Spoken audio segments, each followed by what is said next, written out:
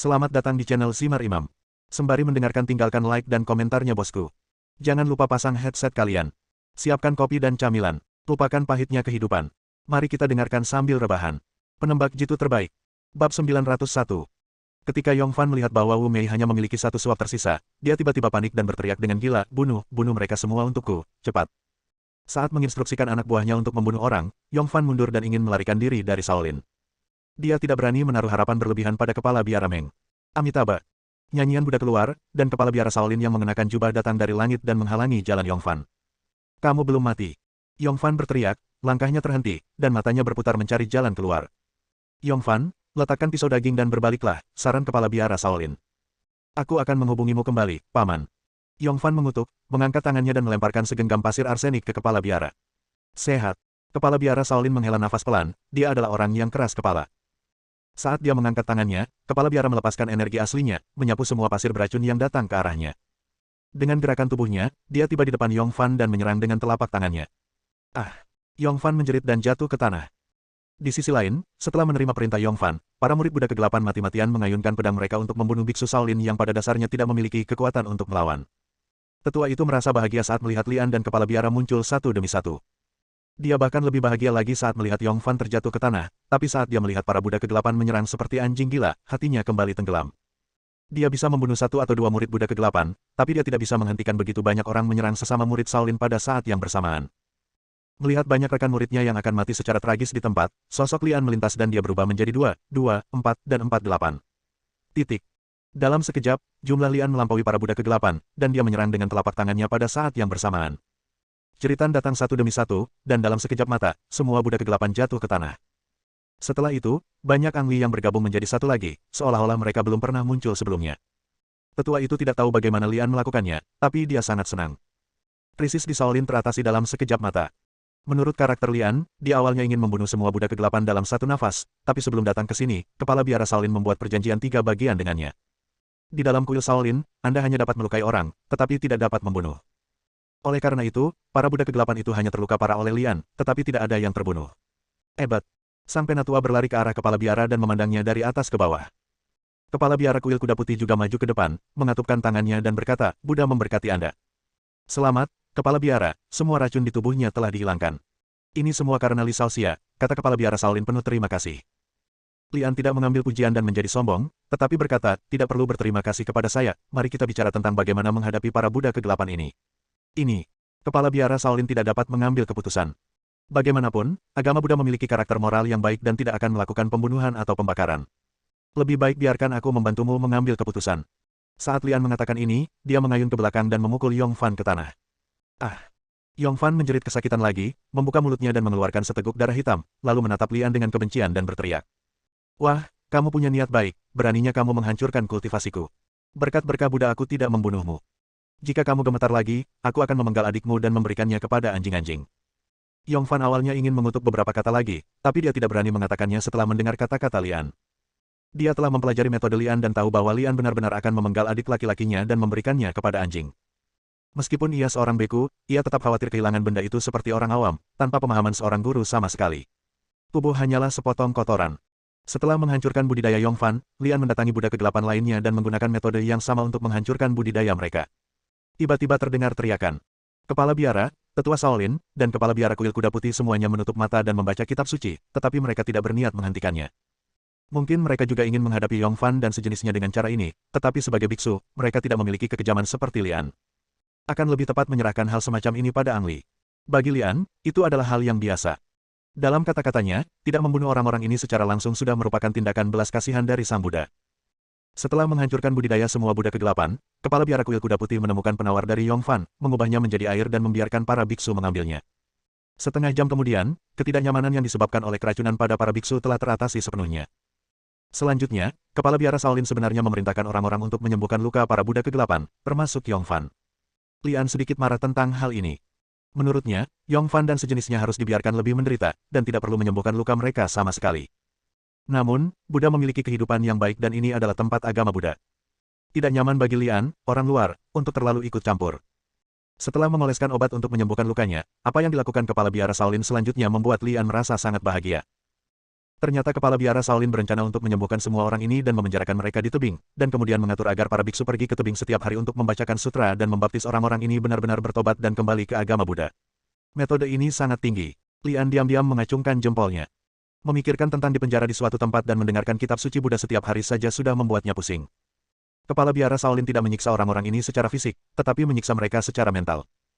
Coba pikirkan, setelah memasuki Buddha kegelapan, bagaimana Yongfan dan sejenisnya bisa mengubah sifat mereka dengan begitu mudah dan bergabung kembali dengan agama Buddha yang asli. Terus terang, orang-orang ini mungkin akan dipenjara di tebing selama sisa hidup mereka. Sedangkan bagi biksu yang melantunkan sutra pada awalnya adalah pekerjaan para biksu. Selain itu, biksu di Shaolin sangat banyak, sehingga tidak melelahkan.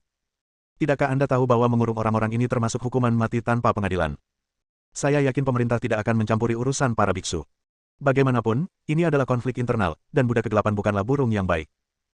Setelah Yongfan dan sejenisnya ditangani, kepala biara Shaolin, untuk mengungkapkan rasa terima kasihnya karena telah menyelamatkan nyawanya dan menyelesaikan krisis di Shaolin, meminta Lian untuk tinggal lebih lama di kuil Shaolin untuk belajar agama Buddha bersama.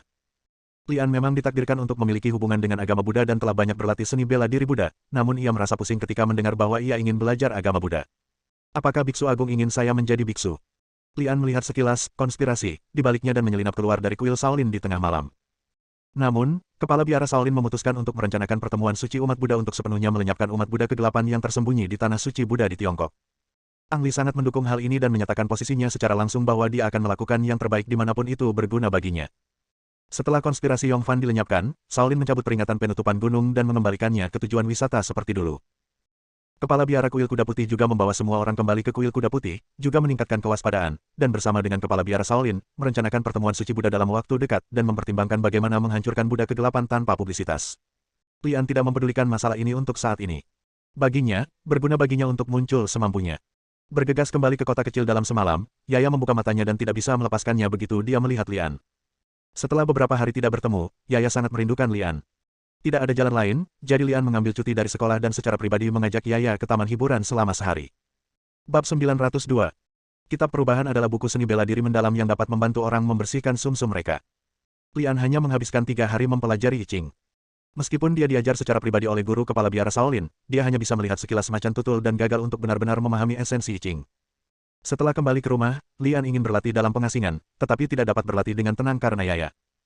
Liu Suir sepertinya menyadari hal ini, dan mengambil inisiatif untuk melakukan segalanya, mengatakan bahwa dia bisa menjemput dan menurunkan Yaya sendiri. Bahkan jika Lian pergi hari ini, Liu Suir akan melakukan hal ini. Dari sudut pandang ini, Lian tidak perlu khawatir. Tidak ada yang terjadi pada hari pertama, tetapi ketika para siswa keluar dari sekolah keesokan harinya, ponsel Lian berdering. Faktanya, untuk berlatih meditasi, Lian mengatur ponselnya agar bergetar dan meletakkannya di sofa ruang tamu. Dengan tingkat kultivasi Lian yang kuat saat ini, dia dapat dengan jelas mendengar suara getar ponselnya meskipun dia dipisahkan oleh sebuah pintu. Lian awalnya tidak ingin memperhatikan hal ini, tetapi ketika teleponnya berdering 3 kali berturut-turut, Lian harus mempertimbangkan apakah sesuatu telah terjadi pada Liu Suir. Karena tidak banyak orang yang mengetahui nomor ponsel Lian, Liu Suir adalah salah satunya, dan yang lain tidak tahu bahwa mereka telah kembali. Ketika saya keluar ruangan, saya melihat bahwa nomor telepon yang tertera di telepon itu memang nomor telepon Liu Suir. Taman kanak-kanak ada di bawah. Liu Suir menelepon dengan cemas 3 kali berturut-turut, tapi dia tidak muncul. Lian pindah ke jendela dan melihat ke bawah melalui jendela. Dia menemukan bahwa orang tua yang menjemput anak-anak mereka sedang berbaris dengan tertib di pintu masuk taman kanak-kanak. Yaya memiliki kekuatan yang setara dengan Wu Zong level pertama. Jika terjadi sesuatu padanya pasti akan menimbulkan keributan besar. Adegan di depanku menunjukkan ada yang tidak beres dengan Yaya. Karena sesuatu tidak terjadi pada Yaya, maka sesuatu hanya dapat terjadi pada Liu Suir sendiri. Lian mengamati kerumunan dan tidak melihat sosok Liu Suir, yang semakin menegaskan hal ini. Saat ini, telepon bergetar dan berdering untuk keempat kalinya. Nomornya masih sama, Liu Suir menelepon. Halo. Lian menekan tombol panggil. Jika kamu ingin gadis ini bertahan hidup, datanglah ke hutan bambu di Taman Shijiao. Suara mekanis dan dingin keluar dari telepon, dan setelah berbicara, dia menutup telepon. Lian segera menelepon balik, dan ponsel Liu Suir dimatikan. Terlepas dari identitas pihak lain, Liu Suir telah diculik dan mungkin mati. Datang untukku. Lian sangat yakin akan hal ini, jika tidak, pihak lain tidak akan melakukan panggilan ini dan hanya akan membunuh Liu Suir. Orang-orang dari keluarga Dong. Banyak pikiran terlintas di benak Lian, tapi dia tidak membuang waktu. Gerbang taman kanak-kanak telah dibuka, dan para orang tua bergegas masuk untuk menjemput anak-anak mereka. Menyelamatkan orang itu seperti memadamkan api, jadi Lian hanya bisa mengesampingkan Yaya untuk sementara. Dalam hal kekuatan Yaya, selama dia tidak bertemu dengan Master Sekte Bela Diri tingkat kedua atau lebih, dia akan baik-baik saja. Lagi pula, Yaya masih duduk di bangku taman kanak-kanak, dan sekolah tidak akan membiarkannya pergi sendirian kecuali orang tuanya menjemputnya. Dari sudut pandang ini, Yaya aman, dan Lian tidak perlu khawatir. Selain itu, guru Bailan masih menjaganya. Rine. Alis Lian sedikit menegang ketika dia memikirkan Bailan. Sejak dia tahu bahwa Bailan adalah saudara kandung Bai Fei, sulit bagi Lian untuk mempercayainya seperti sebelumnya. Lupakan saja, ada banyak sekali master. Pada akhirnya Ang Li hanya bisa menghibur dirinya sendiri seperti ini. Saya tidak tahu apakah itu kebetulan, tetapi begitu Lian tiba di bawah, dia melihat Mao Ge datang dengan sepeda motor, dan tanpa mengucapkan sepatah kata pun, dia merampas sepeda motor itu dari Mao Ge. Senior, apa yang terjadi? Mao Ge bertanya dari belakang, tapi tidak mendapat jawaban. Taman pinggiran kota barat. Dibutuhkan 40 menit dengan mobil. Ini adalah jam sibuk sepulang sekolah dan pulang kerja, dan akan memakan waktu setidaknya 1 jam karena kemacetan lalu lintas di jalan raya. Lian mengendarai sepeda motor dan berlari dengan kecepatan penuh, tiba di Western Suburb Park dalam waktu kurang dari 20 menit. Tentu saja, saya melewati lampu merah yang tak terhitung jumlahnya di sepanjang jalan, dan mengebut lebih dari 200% melebihi batas kecepatan adalah hal biasa. Mao Ge mungkin akan sangat ketakutan hingga menangis karena tiket ketika dia kembali ke rumah. Ang Li tidak menganjurkan menerobos lampu merah atau ngebut, tapi bukankah ini menyelamatkan nyawa? Aku tidak terlalu peduli lagi dengan hal itu. Taman Shijiao memang agak terpencil, banyak orang yang datang ke sini untuk bermain di hari Sabtu dan hari libur lainnya, namun para pekerjanya sangat sepi, bahkan tidak sedikit pedagang yang biasa mendirikan kios di sini. Hutan bambu terletak di bagian terdalam Taman Shijiao, dan bahkan lebih sepi selama ini. Lian mengendarai sepeda motornya langsung menuju hutan bambu. Ketika dia melihat sebuah mobil van bobrok tanpa plat nomor diparkir di luar, dia tahu bahwa dia tidak berada di tempat yang salah. Status Liu Suir di keluarga Liu hanya setara dengan seorang pelayan, namun ia telah dilatih oleh keluarga Liu sejak ia masih kecil, dan kemampuannya cukup bagus, setidaknya pasukan khusus tidak bisa mendekatinya. Mampu menculik Liu Suir, dan juga datang untuknya, kekuatan pihak lain seharusnya cukup bagus. Seorang Master Wuzong tingkat kedua atau ketiga. Lian diam-diam menebak bahwa mungkin akan ada pertempuran sengit nanti. Tanpa usaha apapun, Lian menemukan Liu Suir, yang diikat ke lengan bambu tebal. Kepalanya menunduk, terengah-engah, dan sudah tidak sadarkan diri. Lian tidak terburu-buru, tapi melepaskan kesadarannya untuk memeriksa sekeliling untuk menentukan lokasi musuh. Hanya satu. Lian hanya menemukan satu musuh, bersembunyi 5 atau 6 meter di belakang Liu Suir. Namun, kekuatan orang ini jelas tidak terlalu bagus. Dia pasti lebih kuat dari Liu Suir, tetapi jika dia ingin menghadapi dirinya sendiri, dia terlalu lemah, dan dia akan rela mati. Karena musuhnya hanya satu, Ang Li menebak apakah ada senjata termal yang tersembunyi di sekitarnya. Keterampilan pemurnian tubuh Lian tidak takut dengan senjata termal biasa, tetapi Liu Suir tidak bisa bergerak. Bagaimana jika lawan melukai Liu Suir sebelum mengambil tindakan? Kekhawatiran memaksa Ang Li untuk bertindak hati-hati. Dengan ilmu yang dipelajarinya dari pasukan khusus, Ang Li dengan cepat menemukan masalahnya. Ada masalah setengah meter dari kaki Liu Suir. Daun bambu di atasnya lebih lembab dibandingkan di sekitarnya dan ternoda oleh sedikit tanah. Jelas sekali, daun bambu ini awalnya berada di bagian bawah dan di balik. Seseorang mengubur sesuatu di bawah sana. Tambang. Jika itu ranjau darat, Ang Li hanya harus berhati-hati agar tidak terluka karenanya, tetapi jika ranjau darat itu meledak, maka Liu Suir pasti akan tamat. Ranjau darat itu hanya dugaan saja, bisa jadi itu bom yang dikendalikan dari jarak jauh atau semacamnya. Mempertimbangkan hal ini, Lian memutuskan untuk menghadapi musuh yang bersembunyi di belakang Liu Suir terlebih dahulu, jadi dia mundur. Hah! Langkah kaki Lian terhenti. Pria di seberangnya pasti memperhatikannya, dan dia mulai bergerak juga. Namun, dia tidak menyerang dirinya sendiri atau Liu Suir, melainkan berbalik dan lari. Apa yang terjadi? Lian sedikit bingung. Bab 903.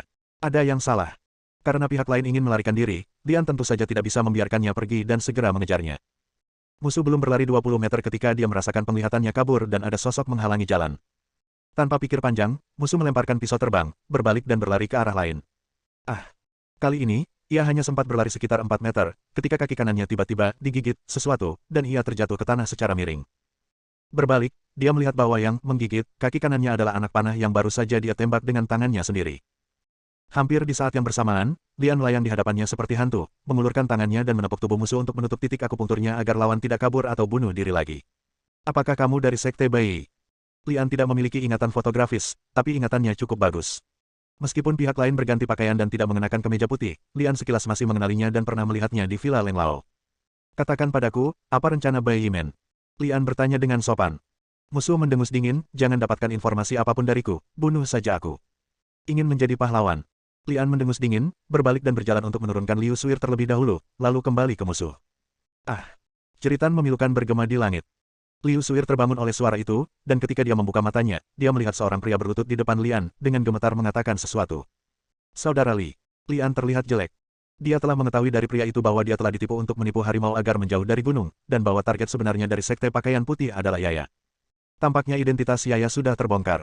Retakan. Dalam kemarahan, Lian menamparkan pria itu sampai mati, lalu menoleh ke Liu Suir dan memerintahkan, bersihkan tempat ini. Oh, ya. Liu Suir tidak membutuhkan penjelasan apapun. Lian berjalan keluar dari hutan bambu dan mengendarai sepeda motornya menuju rumah keluarga Dong dengan kecepatan yang hampir meledak. Rumah keluarga Dong. Setelah 2 pertempuran berturut-turut, istana tersebut telah sepenuhnya ditinggalkan, tetapi keluarga Dong tidak punya waktu untuk menjual properti tersebut dalam waktu singkat. Saat ini, sebuah mobil bisnis diparkir di rumah keluarga Dong, dan ada beberapa sosok di aula di rumah itu. Ini bukan orang-orang dari keluarga Dong, salah satunya adalah guru Bailan Bai. Yaya juga ada di sini, hanya bermain di halaman sesuai instruksi Bailan, dan dijaga oleh 2 pria berbaju putih. Kedua pria berbaju putih ini baru saja mencapai level Martial Master Realm. Mereka sama sekali bukan lawan Yaya. Yaya sangat penurut dan bermain sendiri, namun dia tidak berniat mengincar mereka berdua. Di aula, wajah Bailan muram, dan matanya tertuju pada lelaki tua Leng dengan janggut di seberangnya. Leng Feng. Bailan memanggilnya dengan nama depannya, yang menunjukkan kemarahan di dalam hatinya. Seharusnya aku memperingatkanmu, aku tidak ada hubungannya dengan keluarga Bai, kenapa kamu masih menggangguku?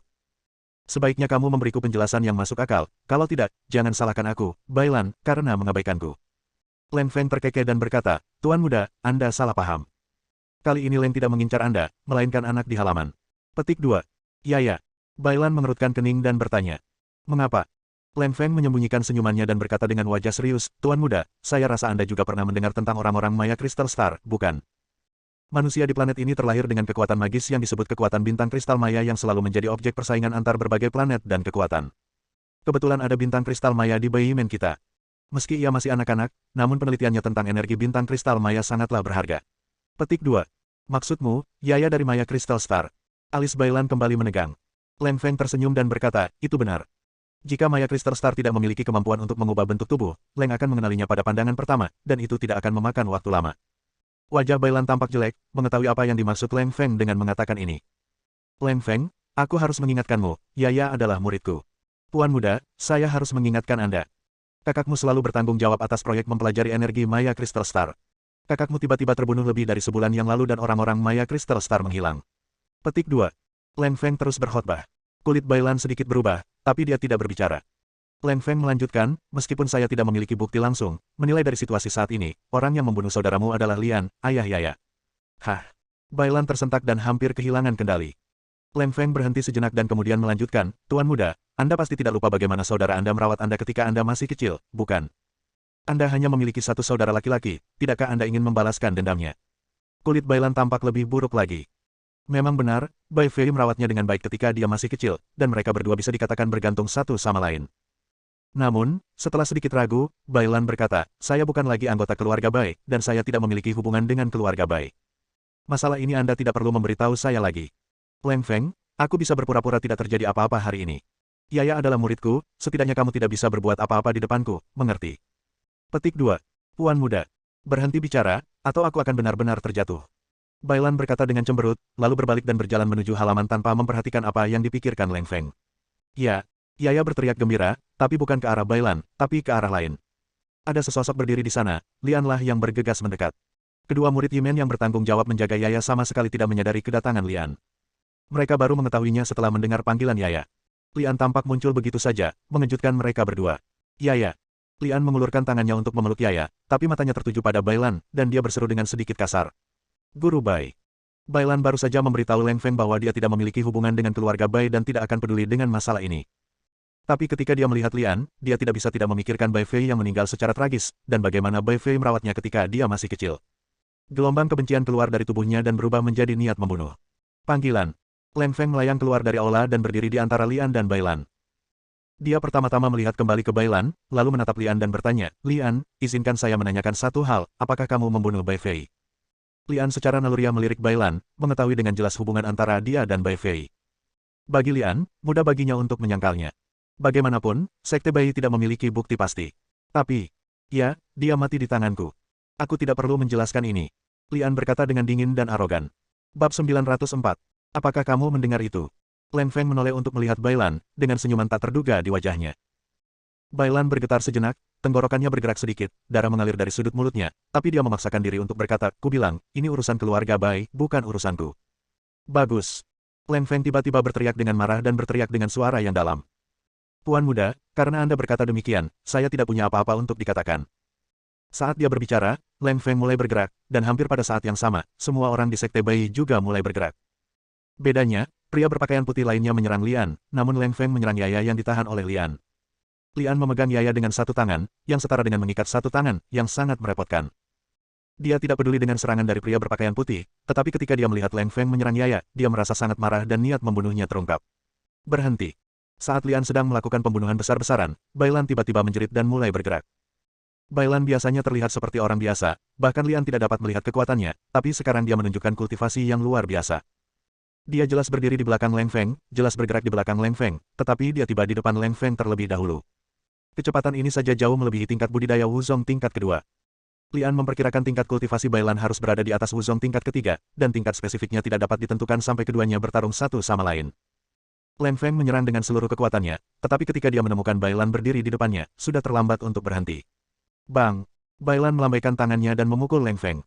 Terjadilah ledakan. Leng Feng mundur dengan kasar dan menghancurkan tembok besar gerbang istana sebelum jatuh ke tanah. Tuan muda, orang itu membunuh saudaramu. Alih-alih membantu kami membunuhnya, Anda ingin membantunya. Leng Feng berteriak dengan hati yang dingin, dilukai oleh Bailan hanya dengan satu pukulan. Gulungan. Lian meraung keras, dan hanya menggunakan ki bagian dalam tubuhnya untuk mengusir anggota Baiyemen yang tersisa. Ketika Bailan mendengar kata-kata Leng Feng, dia bergoyang beberapa kali dan hampir jatuh ke tanah. Sejujurnya, Lian tidak menyangka Bailan akan membantunya. Awalnya aku mengira akan ada pertarungan besar di antara mereka berdua, tapi sekarang mereka tercengang. Guru Bai. Bailan menoleh untuk melihat Lian, wajahnya bahkan lebih jelek dari sebelumnya, tanpa bekas darah. Ayo pergi, bawa Yaya kembali. Setelah jeda sebentar, dia berbicara lagi. Ini terakhir dan satu-satunya kali aku akan membantumu. Kita mungkin menjadi musuh saat kita bertemu lagi nanti. Lian benar-benar tidak tahu harus berkata apa, jadi dia hanya bisa berkata, terima kasih. Setelah mengatakan itu, Lian berbalik dan menggunakan metode meringankan dirinya untuk meninggalkan istana. Adapun cara Bailan dan Leng Feng menanganinya, dia tidak memiliki kendali atas hal itu. Dalam perjalanan pulang, Lian terus memikirkan sebuah pertanyaan. Sekarang identitas Yaya telah terungkap, orang-orang dari Sekte Bai pasti akan terus mengirim orang ke sana, dan mungkin ada orang dengan kekuatan lebih tinggi dari mereka. Meskipun Baiyemen tidak mengambil tindakan sendiri, mereka mungkin masih membunuh seseorang dengan pisau pinjaman. Singkatnya, rumah ini tidak bisa lagi ditinggali, dan Yaya tidak bisa lagi bersekolah di taman kanak-kanak. Ketika dia sampai di rumah, Lian menemukan bahwa Liu Suir telah kembali lebih dulu dan menunggu mereka berdua dengan cemas. Apakah kamu baik-baik saja? Bagus sekali. Hati Liu Suir jatuh ke tanah setelah melihat mereka berdua. Tidak bagus. Lian merasa sangat tidak enak dan ingin menjalani kehidupan yang damai sebelum kembali ke Tiongkok.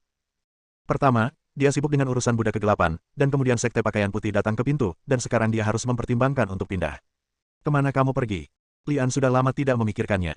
Semua orang belum makan. Liu Suir berkata dia ingin memasak, tapi Lian sedang tidak mood dan mengajak mereka berdua keluar untuk menyelesaikannya. Keesokan paginya, Yaya pasti tidak bisa masuk TK. Alasan utamanya adalah Lian khawatir Yaya akan hilang dari pandangannya. Serangan Leng Feng terhadap Yaya kemarin telah menunjukkan tekad Baiyemen. Yaya pasti tidak akan masuk TK lagi, namun Lian tetap berencana masuk TK, di satu sisi harus menjalani prosedur penarikan, dan di sisi lain ingin mengucapkan selamat tinggal pada Bailan. Guru Bai. Dia mengundurkan diri. Mengundurkan diri. Ya, saya pergi tiba-tiba. Saya baru saja menelepon kemarin. Tidak ada formalitas yang diselesaikan. Tidak perlu memberi hormat. Lian tidak percaya ketika dia mengetahui bahwa Bailan telah mengundurkan diri dari pekerjaannya di taman kanak-kanak, tapi kemudian dia berpikir itu masuk akal. Lian tidak mengetahui konflik apa yang terjadi antara Bailan dan keluarga Bai. Namun, Bailan telah bekerja di taman kanak-kanak ini selama 3 tahun dan harus mencari kedamaian. Sekarang keluarga Bai berada dalam masalah karena dirinya dan Yaya, kedamaian Bailan telah rusak, jadi dia memutuskan untuk pergi dari sini karena dia tidak ingin masuk ke perairan keluarga Bai yang bermasalah. Lian sedikit menyesal. Jika bukan karena dirinya sendiri, Bailan tidak perlu pergi dari sini. Lagi pula, setelah bekerja selama 3 tahun, Bailan memiliki hubungan tertentu dengan sekolah ini dan anak-anak di dalamnya, tapi sekarang mereka semua terputus. Setelah keluar dari taman kanak-kanak, Lian melihat seseorang menatapnya di sudut dan segera berjalan mendekat. Orang-orang dari Sekte Pakaian Putih. Melihat dia terekspos, pihak lain berbalik dan lari. Namun, dibandingkan dengan Lian, kecepatannya terlalu lambat dan dia dicengkeram kerahnya. Mengapa kamu mengikutiku? Setelah Lian bertanya, dia menyadari bahwa dia telah menanyakan pertanyaan bodoh. Pihak lain tidak bisa mengikutinya karena dia ingin memantau langkah selanjutnya. Dia melepaskan kesadarannya dan melirik ke arah rumah, khawatir Baiyemen akan memanfaatkan kepergiannya untuk menyerang Yaya dan Liu Suir. Untungnya, tidak. Orang yang ditangkap oleh Lian gemetar. Dia mungkin mengetahui metode Lian dan khawatir dia akan mati di tangan Lian. Demi Bailan, aku akan mengampunimu kali ini. Kembalilah dan beritahu bosmu, kirim beberapa ahli ke sini, jika tidak, jika aku mengirim antek sepertimu lagi, aku akan membunuh 1, 2, dan 2. Mengerti? Lian mengancam. Pria berpakaian putih itu mengangguk panik, tidak berani membantah. Pergi. Lian menendang pantat lawannya dan menjatuhkannya ke tanah. Sekarang adalah masa puncak taman kanak-kanak. Adegan ini menarik banyak orang untuk menonton, dan Lian segera pergi. Liu Suir telah mengemas beberapa kebutuhan, dan ketika dia melihat Lian kembali, dia bertanya, bisakah kita pergi? Lian mengangguk, mengangkat Yaya dan turun. Mereka bertiga memanggil taksi di luar gerbang komunitas dan berjalan setengah jalan mengelilingi kota sebelum berbelok ke gang kecil. Mobil Zhang Bing telah menunggu di gang ini selama beberapa waktu. Lian dan yang lainnya turun dari bus dan langsung masuk ke mobil Zhang Bing. Mereka memberi sopir taksi sejumlah uang tambahan dan memintanya untuk terus mengemudi keliling kota.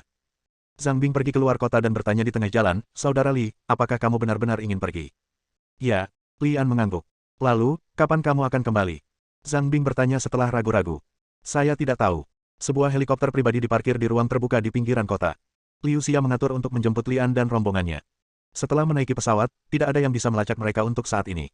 Bersambung.